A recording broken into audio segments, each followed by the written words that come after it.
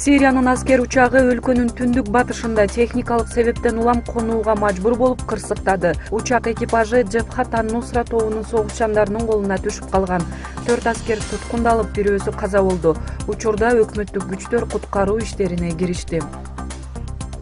Австралиянын түндүгүн Натан циклону каптады. Шамалдын ылдамдыгы секундасына 40 метрге жетип, нөшөрлөгөн жаан менен коштолду. Бир нече жабыр тапкандар тууралуу кабарланып жатат. Көпчүлүк райондор жарыксыз калып, имараттар жарактан чыкты.